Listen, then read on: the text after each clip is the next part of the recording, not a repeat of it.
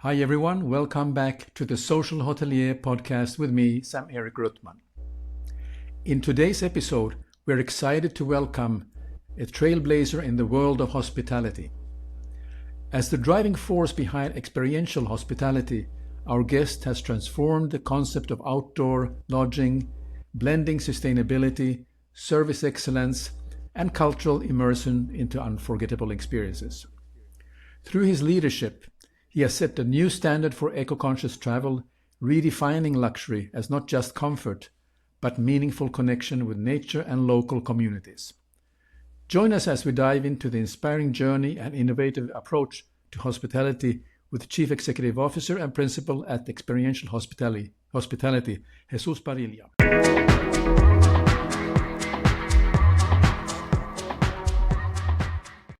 Welcome, Jesus, and thank you very much for joining us today. Yeah, good afternoon. Thank you for having me. It's a pleasure to spend the next hour or so with you. So thank you for having me.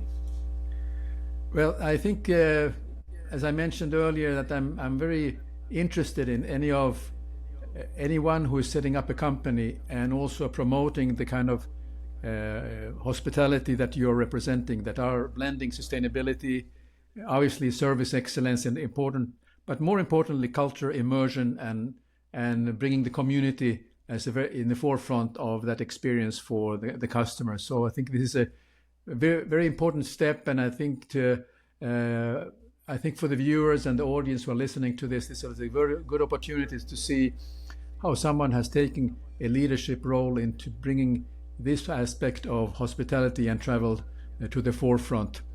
But let's start. I'm so interested to get some background and what initially sparked your passion to creating eco-conscious experiential travel experiences, and how did that vision evolve into what is now called the experiential hospitality?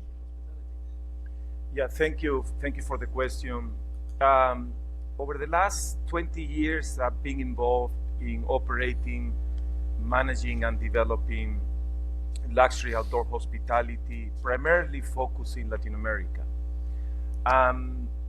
I stumbled upon the industry. I wasn't necessarily, when I started in the industry, I wasn't necessarily looking to venture into the outdoor hospitality. It just happened that I was invited to join a project in Chile.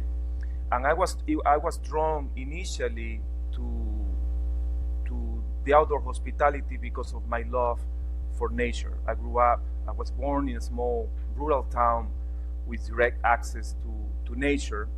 So I was drawn to nature since very, very early ages. And that time with the spirit of service and working with people, that kind of made it into my passion. Everything kind of came together. And over the last 20 years, working in different countries in Latin America, I've realized that there are many ways to do things, but I believe there is one way that is the right way to do things, which is working with local communities, and uplifting them. And I think, I learned firsthand the power of tourism, both on the positive side, where companies go into the location, they look at the environment and they analyze the needs, and they come up with a plan that strengthens the relationship with the community, but also take care of the environment. And I've seen the other way where companies go in and they disregard everything that is there, whether it's culture or nature. So as I spent years in the industry, I realized that I wanted to be on the side of creating something that does justice to the destination, but also works with the local communities, uplifting the local people, and generating opportunities for economic development while taking care of nature and also preserving cultural heritage.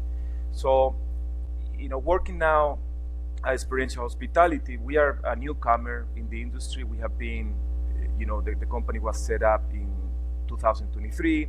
We are based out of the United States. We specialize in developing, managing, and operating outdoor hotels. Okay, and we try to create immersive travel experiences that deeply connect travelers or guests with nature, local culture, and communities. Everything that we do is highly focused on sustainable practices, environmental stewardship, and cultural heritage preservation. To be honest with you, I wouldn't know how to do this any other way, because besides my love for nature, I also have a sense of responsibility for our planet. I think, as business people, entrepreneurs, we also need to make sure that we take care of, our people, but also our planet. So the vision, for experiential hospitality was born from this belief. I saw an opportunity to offer something different, something with real purpose, providing authentic, unfiltered connections with the land and the people. And I think, with any project, things evolve. It's not only providing a luxury experience, but also taking people to the great outdoors and have an adventure. So this is experiential hospitality is kind of the culmination of this journey in the last 20 years, where I've seen things being done the right way, in my opinion, things not necessarily being done the right way.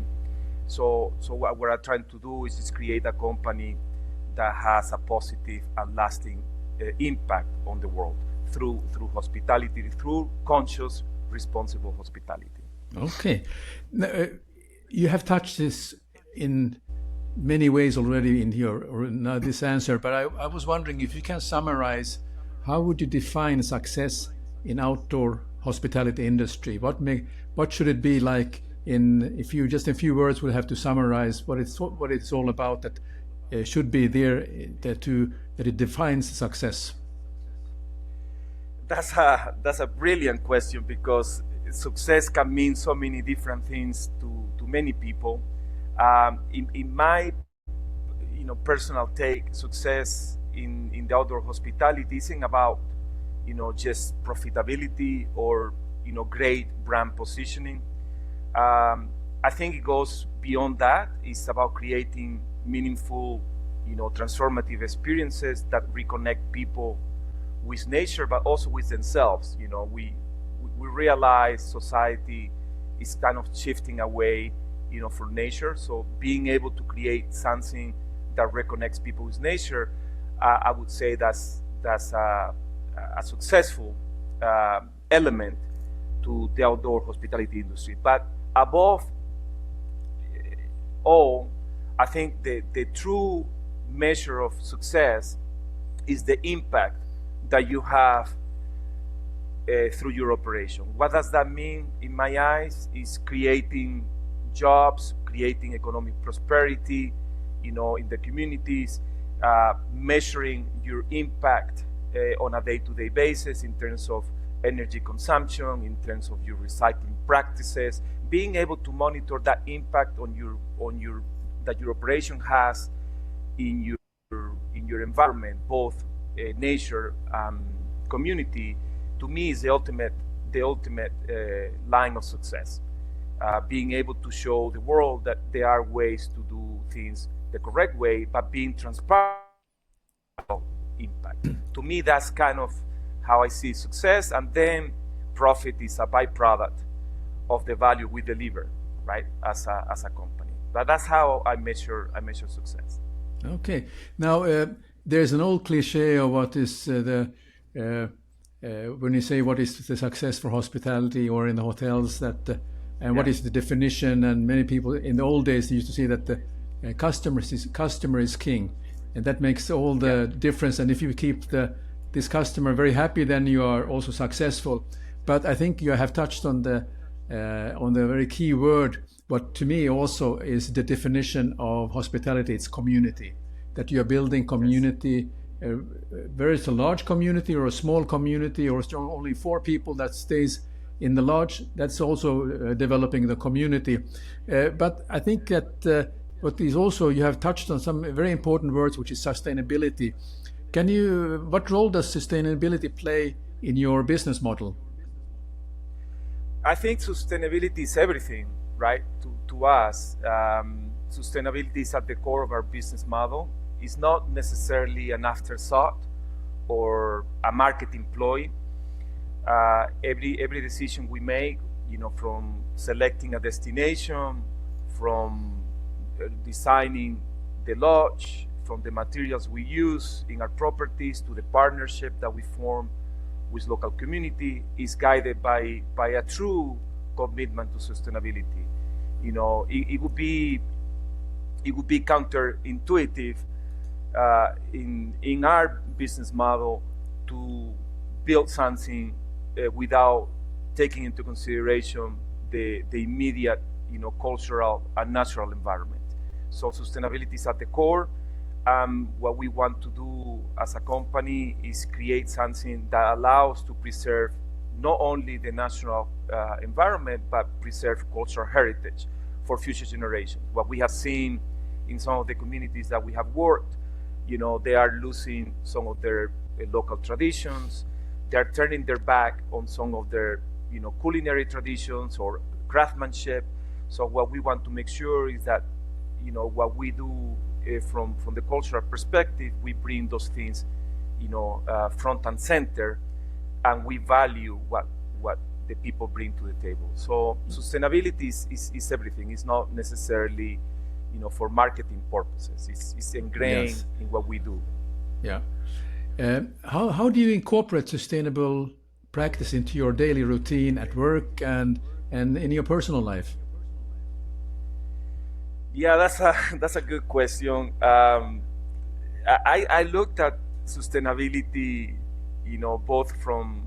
I looked at sustainability as a personal commitment.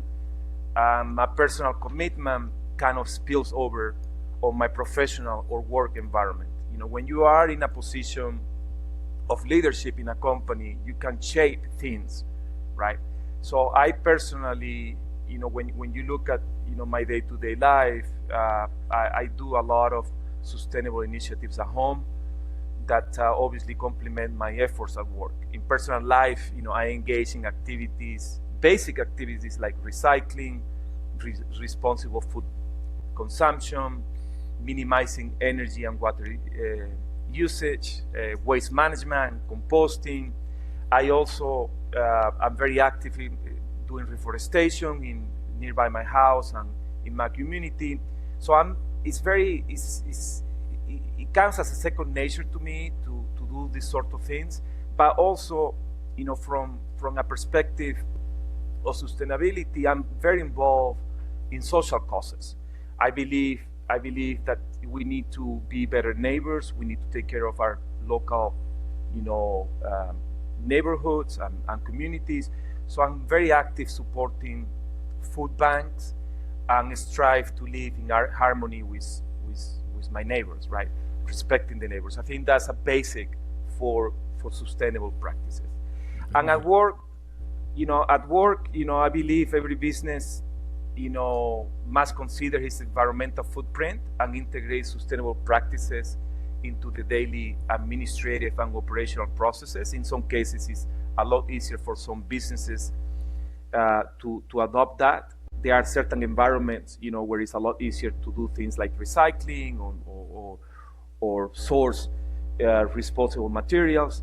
But everything has to be, at work, everything has to be, taken into consideration from the perspective of minimizing the environmental footprint and educating the employees and fostering a culture of sustainability is the basic or the first step, to generate that conscious. And I think that's what I try to do at work and with my colleagues. Live by the example, right? Just if you want to recycle, you want to tell people to recycle, you are the first one that needs to take initiative in recycling. So that's kind of how I incorporate my daily routine at work and personal life. Very good.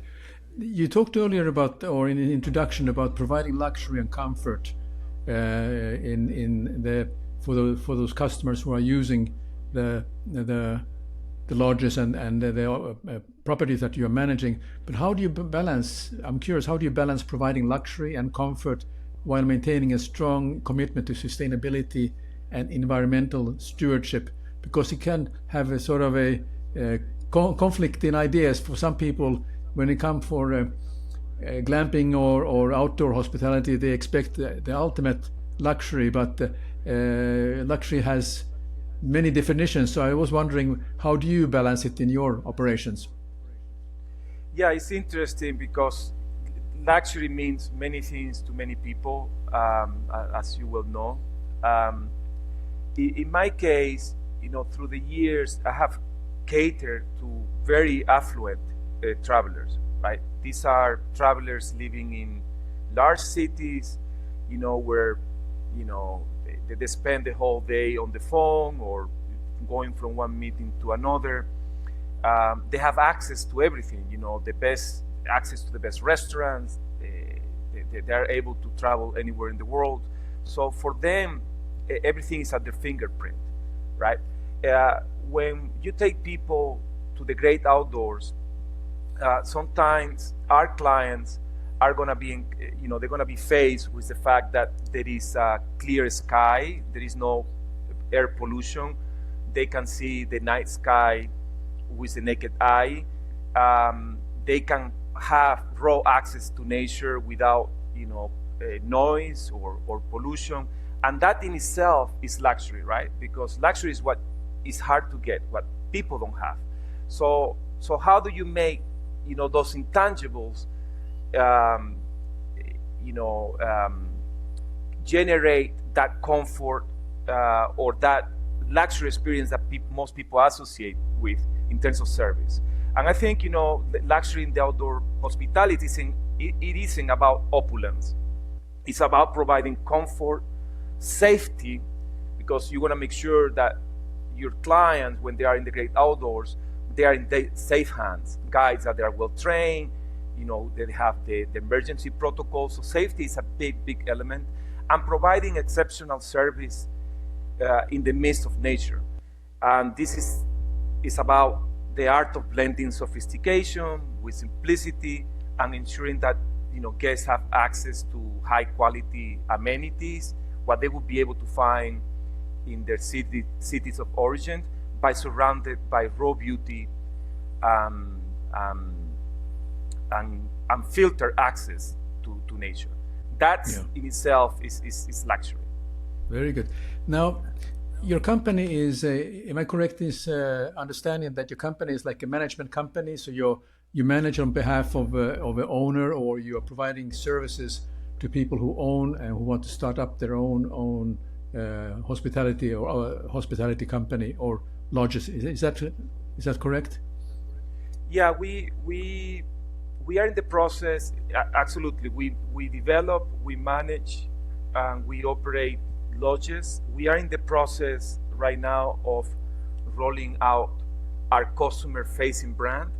So Experiential Hospitality is the legal name of the entity. In the next couple of months, we will have our brand that will be attached to the lodges. Okay. So that's how we are working that. Okay. So what I mean when I mean with your customer, meaning directly the people who sign agreements with you, what are the hallmarks of your customers that sign up? What kind of what is their vision? What they want to do? Because if they want to run have their own little resort, I mean, they have many choices to do. But then, what are the kind of persons who actually choose experiential hospitality for their services? Just understanding maybe the life philosophy or their values. Yeah, it's interesting because I've been, as I mentioned earlier, I've been 20 years about over 20 years in the industry, basically doing the same thing, developing, managing, and operating lodges. And I see a big change in the industry from developers, from landowners, from investors, where they often, traditionally, they like to work with established brands. They like the sense of security that comes with the bigger brands. So that has been, the norm in the last decade or so. In the last couple of years, what I've seen from developers and from investors and landowners is that they are shifting to companies like ours because what we do and how we do it and what we want to ultimately achieve resonates with them. They know that we don't come with luggage in terms of big structure, very like a footprint for every operation. They look at us as very flexible, agile, and they love what we bring to the table in terms of our process. Going into a destination and looking at the different elements from culture, from history, from nature, and coming up with a concept that speaks to the land, that speaks to the destination, and that we create a virtuous circle that is not only generating money for the operation, but also generating opportunities for the local community. So a lot of the people that we are engaged, they are looking for companies like ours in terms of flexibility, agility, but we don't have a size fits all. Everything is very contextualized, everything is very driven by what we find in the destination.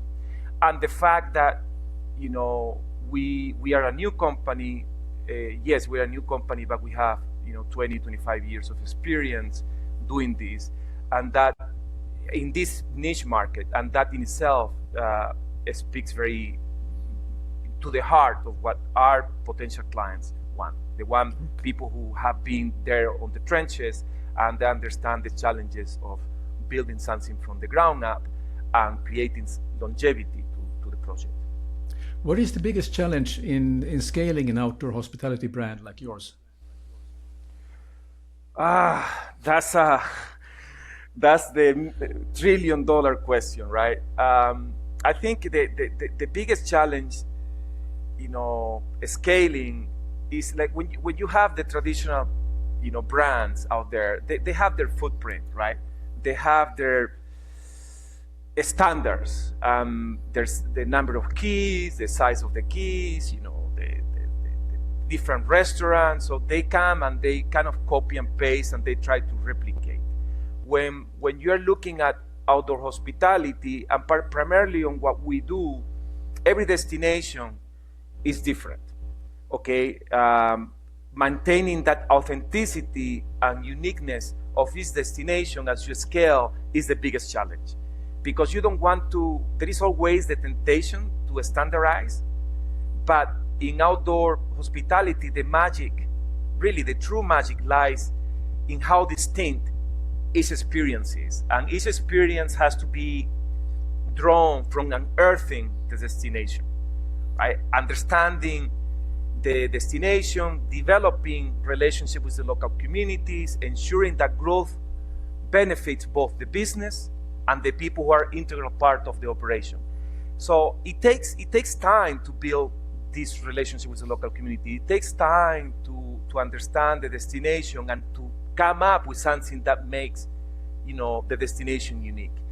And that's why it's so difficult to grow fast, because it's just the development process is a lot longer in terms of understanding these variables than just copying and pasting.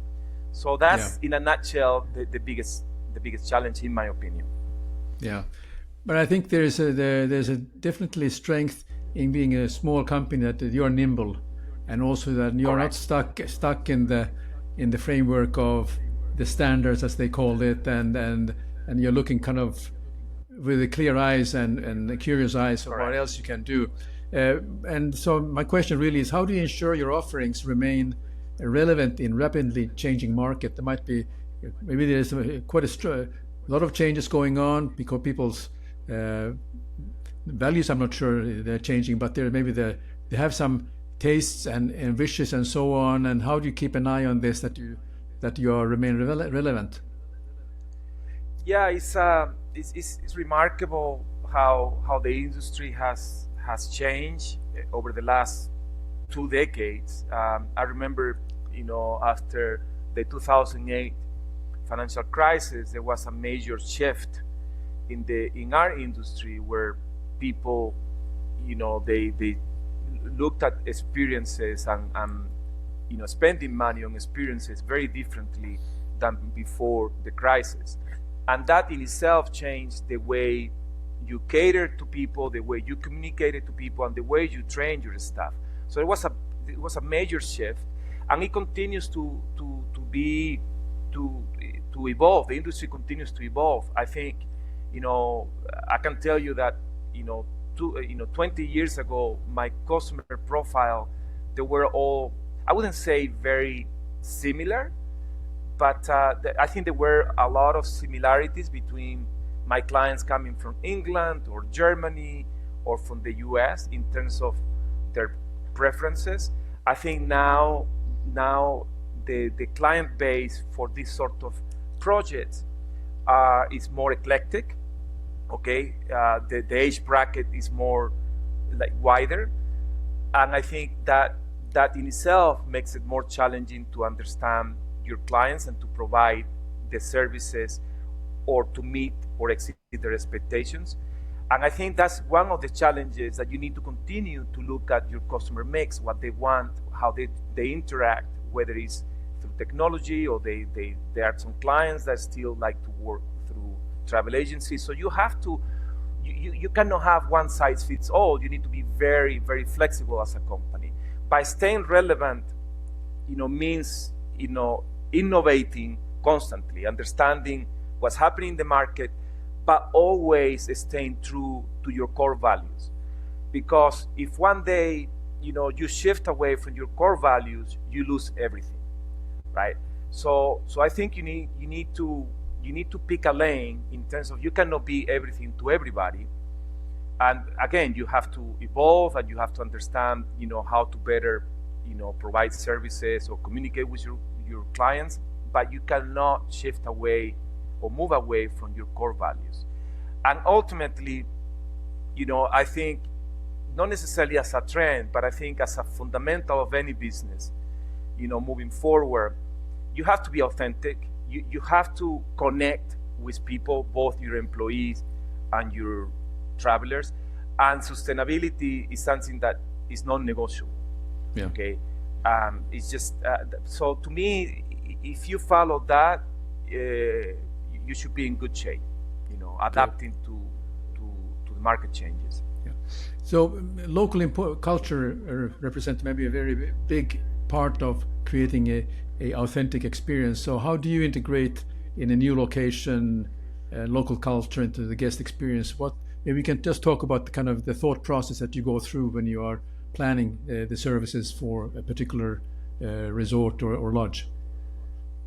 Yeah, I think and once you identify an area of interest, you do a deep dive into the destination. You ask questions. What's the history here? Who was here before? How do they live? These people. How they interact with one another. So you do a lot of unearthing of the destination from the history, local heritage, and once you understand the destination from that perspective, then local culture is not just an addition to your offering. You embed it into your experiences. Whether it's local artisans, whether you work with guides, local guides, or whether you use, local culinary traditions to enrich your culinary offering. So everything that the destination has to offer from the cultural perspective, kind of blends into what we want to offer or showcase our guest experience. So it's about creating also meaningful interactions where the guests can learn, participate, and actively contribute to the preservation of local traditions and ways of life. So that's how we try to integrate, local culture into our operation and guest experience. Yeah. Can you give some specific example, because it would be interesting for the audience to hear exactly some location and some example of what you're referring to as the cultural experience, which is very local and is meaningful, and that this is appreciated by not only by the people who are providing it, but also by the customers who are staying there. Yeah, there are a number of cases, that I can pinpoint. One that comes to mind, the first one that comes to mind is in Rapa Nui, in Easter Island. I was involved in the development of a project in Easter Island about 20 years ago. They have a very strong culture in terms of heritage, music, culinary skills, building techniques, the materials that they use building. So we understood very, very clearly from the onset what the culture was all about, their language, their music, their food. And we drew from the local community. We did a number of focus groups, work groups, where we gather top artisans, chefs,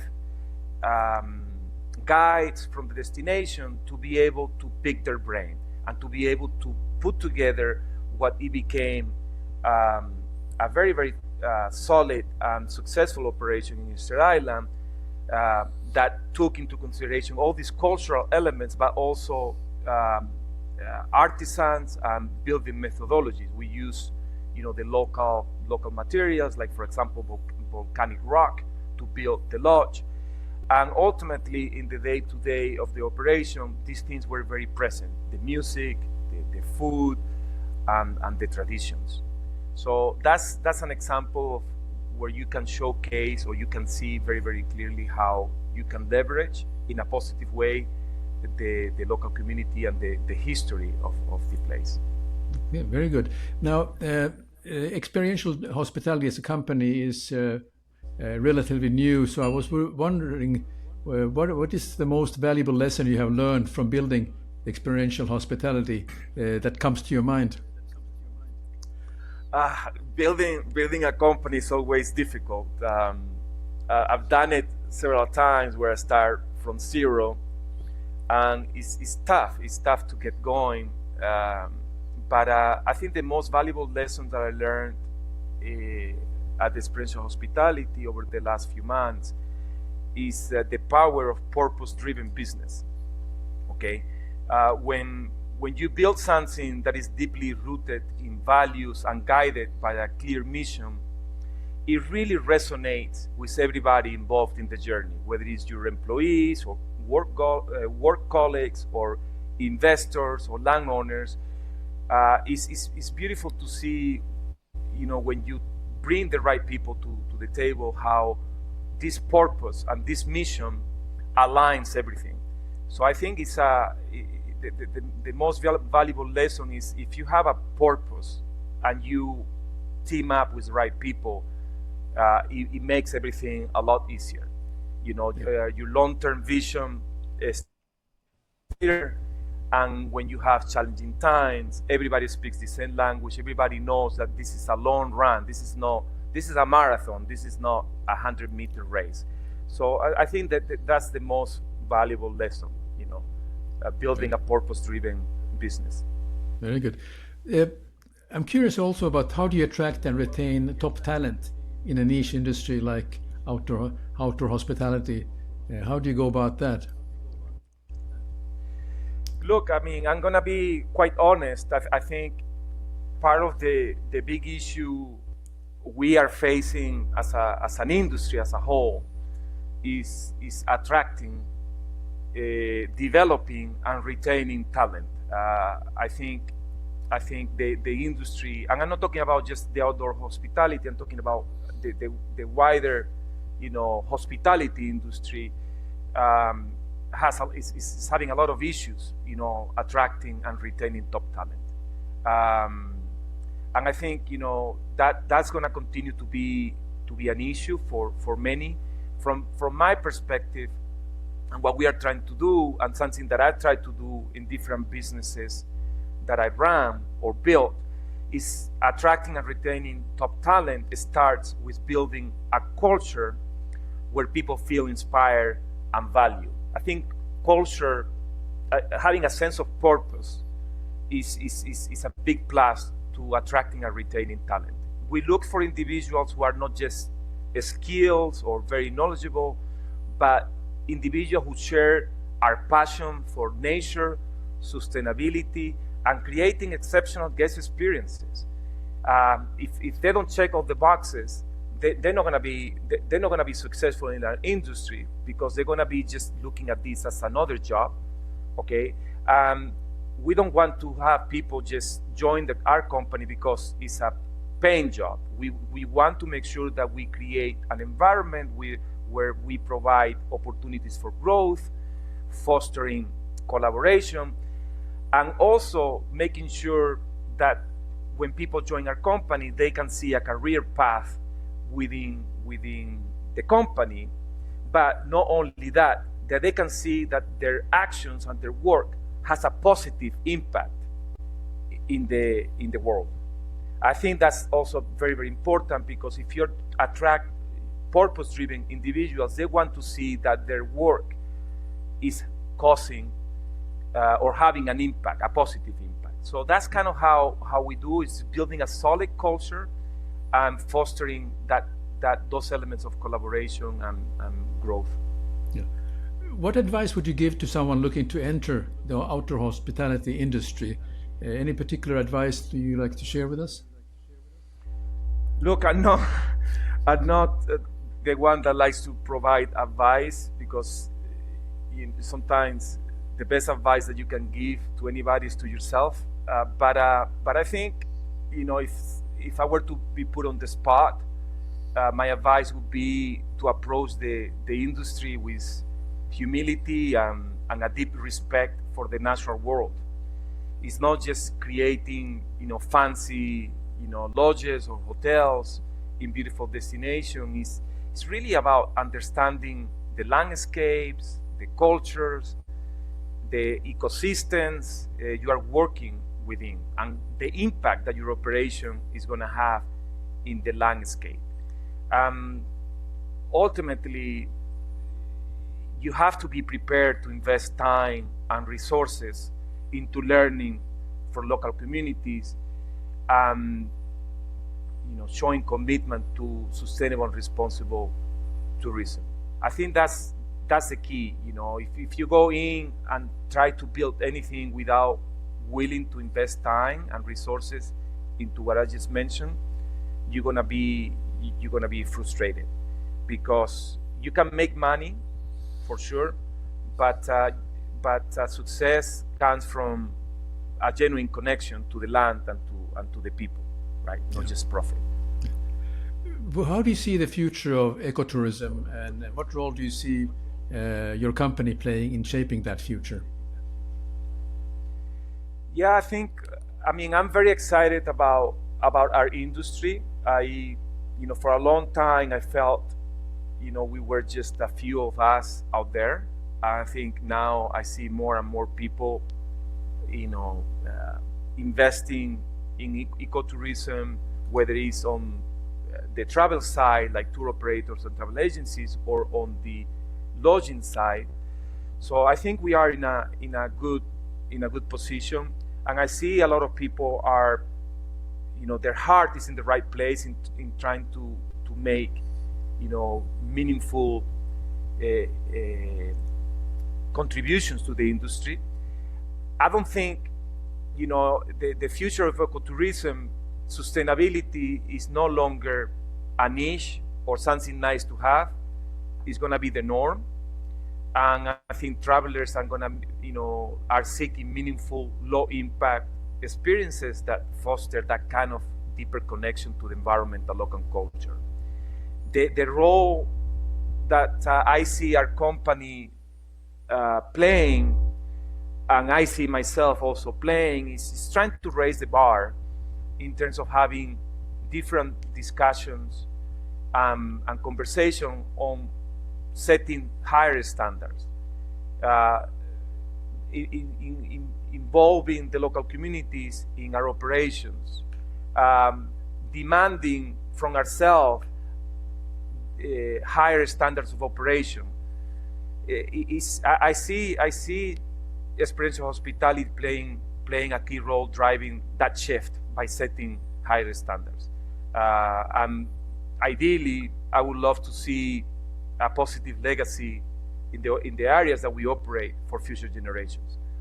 That ultimately is the goal. But we have to raise the bar, and we need to push one another, all the companies, to do better. Yeah, that's very good. Yeah, I just have two more questions before we wrap up. And one question is, I'd like to ask all my guests, besides what we have talked about, and what other trends do you see happening in hospitality that hoteliers should take note of now? Look, I'm not exactly sure from the consumer side. I mean, technology integration is there. Personalized services. I think a lot of discussion around those trends are very present. But I think, personally, I think the key to success is creating an environment that we emphasize on employee retention, collaboration, motivation, and overall satisfaction of our workforce. I see, more and more people talking about some of the challenges that they have with personnel. So I think one of the trends that is not a consumer facing trend, but it's more an internal dynamics of company, is creating profit sharing or creating some kind of platform in which the employees are taken care of, not only from the work environment, but also from the economic standpoint. So I think profit sharing or some sort of profit sharing scheme is something that we need to all be on alert, because that's the only way we can retain and motivate our employees. Yeah. Now, you have a long, distinguished career behind you. You have traveled the world, opened up very resorts in very exotic places. Now, considering all that experience that you have, what advice would you have given your younger self when you got started? I would say, buy lottery every day. No. I don't know. I think, I feel I've been an idealist all my life. I always kind of dream of world. I always believe that in the power of a person changing their destiny and changing their immediate environment, and taking control of your destiny. So I always believe that. I think looking back, the advice that I would probably tell myself is embrace patience and persistence. The hospitality industry is full of challenges, ups and downs, with crisis. It's a tough industry because, you cannot have an off moment, right? You have to be on alert 24/7. But I think the other advice is, as I mentioned earlier, embrace patience and persistence. But I think the biggest advice I would give myself is always long-term planning and long-term horizon. It's not about short-term gains. You have to look farther down the road. You cannot be blindsided by short-term gains. Well, thank you. These are I have several listeners who are hotel school students, and that's the reason I asked the question. And I think those kind of words of wisdom that you passed on, I think are greatly appreciated. But lastly, if people are interested to find out more about experiential hospitality, how can they do so? Where will they find you? Definitely, they can find us on LinkedIn. The audience can go and look for Experiential Hospitality. They will find us. They will find myself also in in LinkedIn. I'm quite active in LinkedIn. I believe it's a great platform to connect with people, but also to be able to send messages to your colleagues about how things, we all can do better. And then we have a website as well. It's experiential hospitality.com, so they can find us. We are very proactive when people reach out to us to get back to them. So happy to hear from anybody how we can work together or how we can collaborate. And if we can help in any way, shape, or form, we are always available to do so. I believe in collaboration. We need more people helping one another. I think the industry needs that, and our world needs that as well. So. Very good. Well, Jesus, I appreciate you joining today and today's episode, and thanks very much for your fantastic insight.